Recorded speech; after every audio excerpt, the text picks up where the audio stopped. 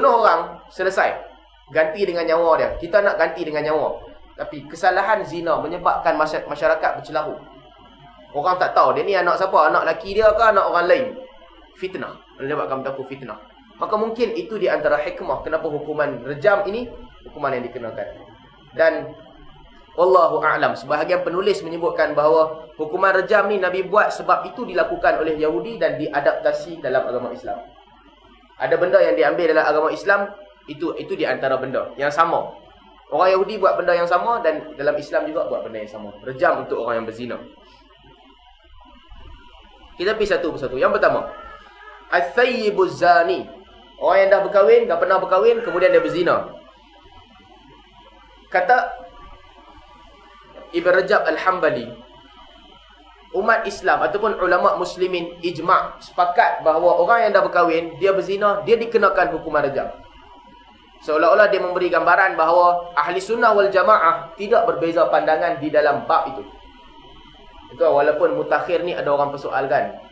Ada sebahagian di kalangan penulis-penulis ataupun di kalangan ahli ilmu persoalkan valid ataupun tidak hukum rejam ini bagi orang yang berzina. Sebab ayat rejam dalam Quran, ayat tu dinasahkan, ayat tu dibatalkan. Hukumnya kekal. Umar kata, kalaulah aku takut aku melanggar perintah Nabi, aku masukkan ayat tu di dalam Al-Quran. Tapi disebabkan Nabi suruh buang, aku buang. Tapi wallahi kami bersaksi bahawa ayat itu turun.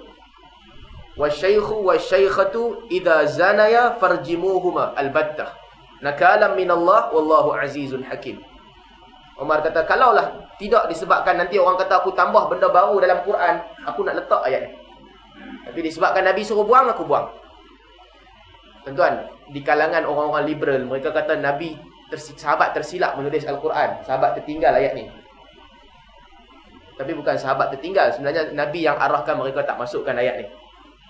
Berdasarkan perkataan Umar, sahabat tak tertinggal, Nabi arahkan ayat ni tak dimasukkan.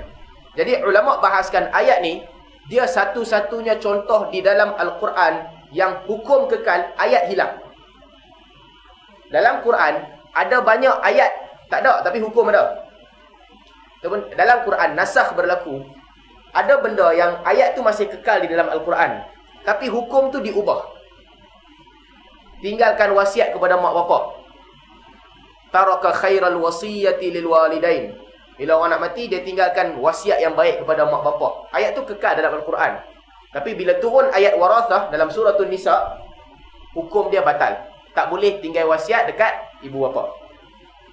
Tak boleh tinggal wasiat dekat sanak saudara yang terima harta warathah, harta warisan. Tapi ayat rejam ni yang pelik dia, ayat dia hilang.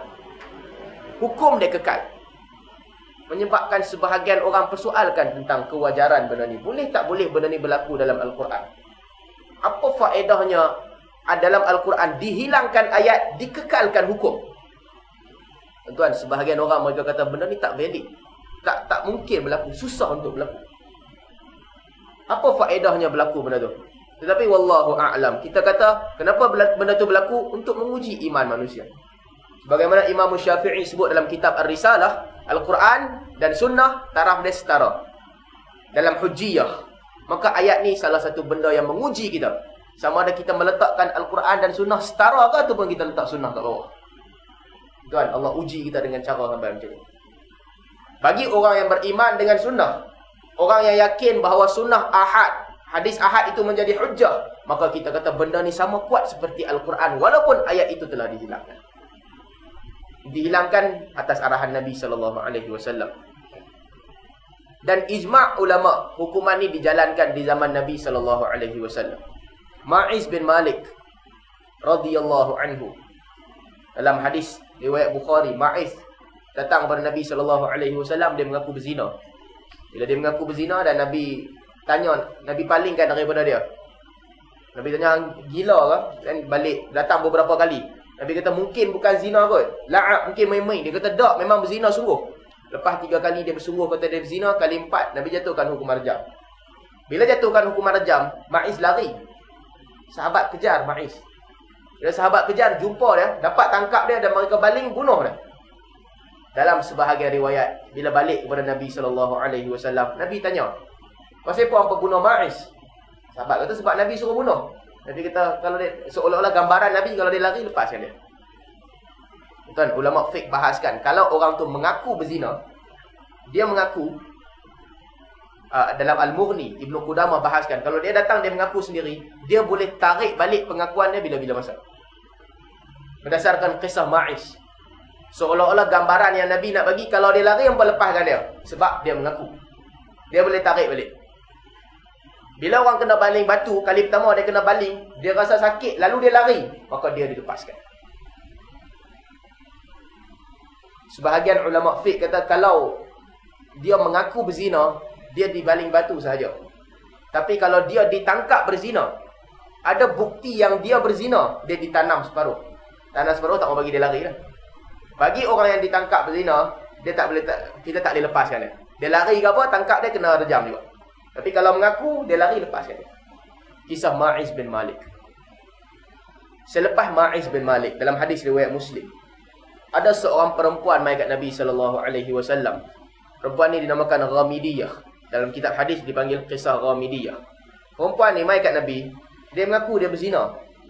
Lalu Nabi suruh dia balik. Bila Nabi suruh dia balik, perempuan ni dah tahu dah apa cerita berlaku kat Ma'iz. Nabi suruh balik 4 kali. Maka dia kata kat Nabi, "Dak, aku punya kes berbeza dengan Ma'iz. Inni la hubla, aku mengandung. Confirm memang berzina." Memang berzina. Ma'iz punya kes, Nabi suruh balik. Mungkin dia tak berzina, mungkin dia tersilap. Perempuan ni kata dalam bab aku ni tak ada kemungkinan lain dah. Melainkan memang aku berzina sebab dia mengandung. Suami dia tak ada. Pada ketika tu dia mengandung. Maka bila Nabi tengok dia, Nabi kata kat dia, "Balik, talid hatta talid, sehingga melahirkan anak." Balik melahirkan anak dulu. Maka dia pun balik, dia melahirkan anak. Lepas melahirkan anak, dia mai balik kat Nabi, "Aku dah melahirkan anak." Nabi kata, "Susukan anak tu sampai dia boleh makan sendiri." Perempuan tu pun balik, susukan anak. Sampailah dia bawa anak tu kepada Nabi SAW. Bila dia bawa anak tu pegang roti kat tangan. Satu potongan roti budak tu pegang. Lalu Nabi nampak, okey, boleh dihukum rejam. Anak tu dibagi kepada orang lain dan dia dihukum rejam. Dalam hadis Muslim diceritakan dalam kes perempuan tu dia ditanam separuh lalu dia direjam. Bila dia direjam, Khalid Al-Walid pada ketika tu keluar. Khalid nampak dia ni orang duk baling tak jadi apa kat dia. Depa target tak betul. Baling kena tempat lain, bukan tempat yang boleh mematikan dia lama. Lalu Khalid baling betul-betul kat kepala dia. Maka mengalir darah daripada kepala dia. Bila Khalid baling kat kepala dia, dalam hadis Muslim diceritakan, merecik berdarah dia kena Khalid. Bila kena Khalid, Khalid maki dia. Fala'anaha. Khalid kutuk dia. Kutuklah darah. Seolah-olah darah ni orang yang tak bagus. Kena Khalid. Khalid kutuk. Maka bila Nabi dengar, Nabi kata, "Mahlan ya Khalid. Fawalladhi nafsi biyadihi. Laqad tabat taubatan. Law tabaha sahibu maksin. Laghufira lahu." Nabi kata, "Mahlan ya Khalid." Sabar Said Khalid. Sesungguhnya perempuan ini telah bertaubat dengan satu taubat yang kalaulah penduduk satu kawasan bertaubat dengan taubat yang sama macam dia, maka Allah akan ampunkan kesemua mereka. Lalu fa'amara biha fasalla 'alaiha wa dufinat. Nabi bawa perempuan tu, Nabi solat mengimamkan perempuan. Nabi imamkan solat, dia ditanam. Tuan, sama juga dengan kes Ma'iz. Nabi solat, Nabi imamkan Ma'iz. Walaupun dalam kes orang tak bayar hutang, Nabi tak jadi imam. Dalam beberapa hal Nabi tinggalkan kalau tak bayar hutang. Tapi bagi orang yang mengaku berzina, datang kepada Nabi SAW, Nabi solatkan jenazah mereka. Bahkan dalam kes Ma'iz, Nabi sebut dia ni sedang berenang di dalam sungai-sungai syurga.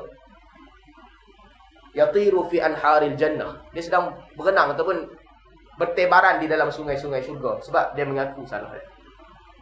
Jadi itu berkaitan dengan hukuman zina. Ibnu Abbas radhiyallahu anhu ketika dia mentafsirkan ayat "Ya ahlal kitab, qad ja'akum rasuluna yubayyinu lakum katsiran mimma kuntum tukhfuna minal kitab wa ya'funa an katsir."